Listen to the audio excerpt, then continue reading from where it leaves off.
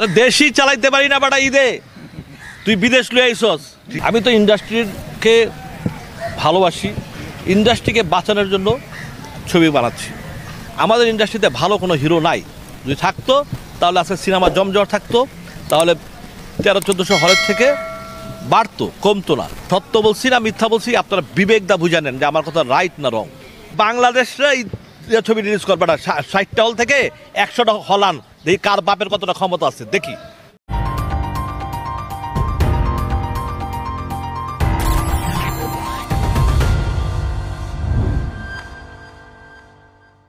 দর্শক বিচার করবে কোন ছবি কেমন, সেটা সম্পূর্ণ দর্শকের উপরে ছেড়ে দিচ্ছে।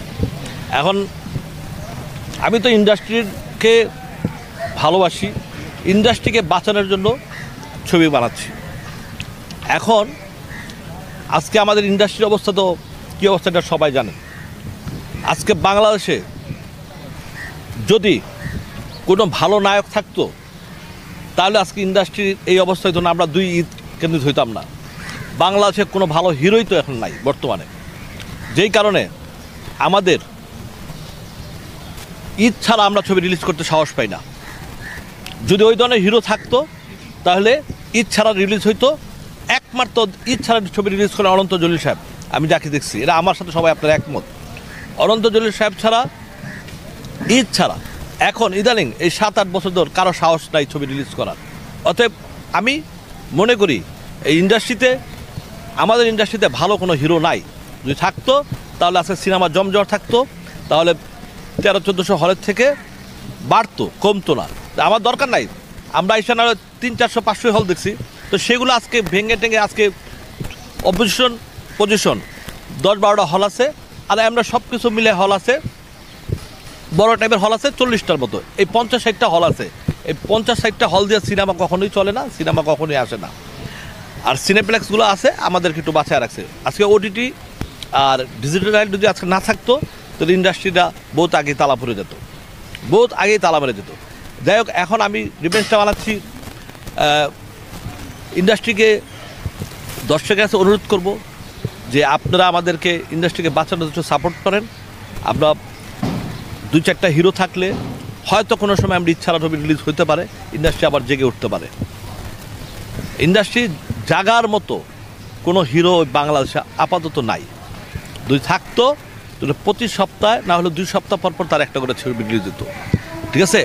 অতএব ইন্ডাস্ট্রি বাঁচার মতো, যেমন রাজ্জাক সাহেব, কাঞ্চন সাহেব, ইলিয়াস, আলমগীর ভাই, সোহেলানা ভাই, জসিম ভাই যারা ছিলেন, তাদের প্রতি 2 সপ্তাহ পর পর কিন্তু তাদের ছবি একটা রিলিজ হতো।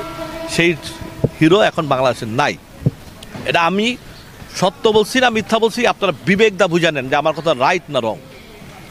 যদি আমার কথা মিথ্যা হয় আপনারা বলেন, তাহলে আমি বলবো তাহলে আজকে 40-60টা হল কেন, আজকে ঈদের ছবি রিলিজ কেন, ঈদ ছাড়া ছবি রিলিজ হয় না কেন? আমরা দেখি, ঈদ ছাড়া আমরা ছবি দেখি আমরা। যেই কারণে আমি বুবলিকে নিয়ে রসনকে বানাইছি, আমরা চেষ্টা করতেছি ইন্ডাস্ট্রি বাঁচানোর জন্য, এটাই স্বার্থ, আর কোনো স্বার্থ নাই।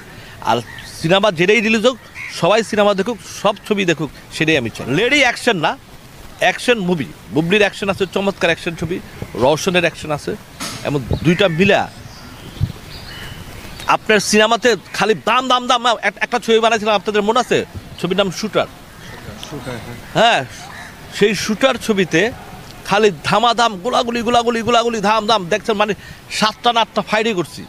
কিন্তু 3 দিন 4 দিন 5 দিন 6 দিন চলার পরে কিন্তু আমি কিন্তু আর রেসপন্স পাই নাই। বাট আমার টাকা ছাড়া সব কিছু আসে। হ্যাঁ, প্রচুর এই ছবিতে আমি সবচেয়ে বেশি লাভ করছি, হ্যাঁ শুটারে। এবং সেইখানে 7 দিন পরে কিন্তু আমি রেজাল্ট পাইনি, আমি বড় বড় হল একাই আসলাম। তো আমারটা ছবির ভিতরে শুধু মারামারি না, আমার ছবির ভিতরে একদম হৃদয়ের ভিতরে টাচি গল্প আছে। আপনার যত বড় শক্তিশালী মন নিয়ে যান, ওই রিভেঞ্জ দেখার পরে উনি একটু যদি দুর্বল না হয়, আপনারা ক্যামেরাতে বললেন আমাকে, যখন আপনারা ছবি দেখার পরে ক্যামেরা থাকবে, তখন বললেন যে না আমরা দুর্বল না, এই লোকটা যা বলছে সব মিথ্যা কথা বলছে, আমি মাথা বেঁধে আপনাদের শাস্তি নেব। আমি আরে দেশই চালাইতে পারি না বেটা ঈদে, তুই বিদেশ লুই আইসস, ঠিক আছে। দেশই তো বেটা ঈদের ছাড়া চালাইতে পারি না, ঠিক আছে। শোনো, কিছু আছে ভিউ ব্যবসা, মানে ভিউ ব্যবসা, যারা 6-7টা ইউটিউব তারা পুরো পৃথিবী বানা লাগবে, কারণ তাদেরকে ভাই টাকা আসে, পাবলিসিটি, তারা নিজেরা তারা কি নিজেরা পরের জন্য করে, তারা নিজেদের জন্য করে। আর কিছু লোক আছে দর্শক, এই এই 6-7 জন, তাদের কথাগুলো শুই না, তাদেরকে পয়সাওয়ালা বানায় দিচ্ছে, ঠিক আছে, এইটাই। আর আমার বিরুদ্ধে তো প্রতি মাসে 10,000 টাকা করে 7-8 জনকে দেয়, ঠিক আছে, এটা নিয়ে তার কোনো কথাই নাই, ঠিক আছে। আর ওই আমার বিরুদ্ধে ওটা কথা কয়, আর কিছু আছে মক্কেল, এই মক্কেলগুলো আরো মক্কেল হয়, হ্যাঁ, আর 10,000 টাকা করে পাচ্ছে, মক্কেলদের ভিউ দেখায় কিছু টাকা পাইতেছে, এটাই তো লাভ। লাভ না মানে তুই বেটা বিদেশ তো লই আইসস, তুই বেটা আগে বাংলাদেশরা ছবি রিলিজ কর বেটা, 60টা হল থেকে 100টা হল আন, দেখি কার বাপের কতটা ক্ষমতা আছে দেখি।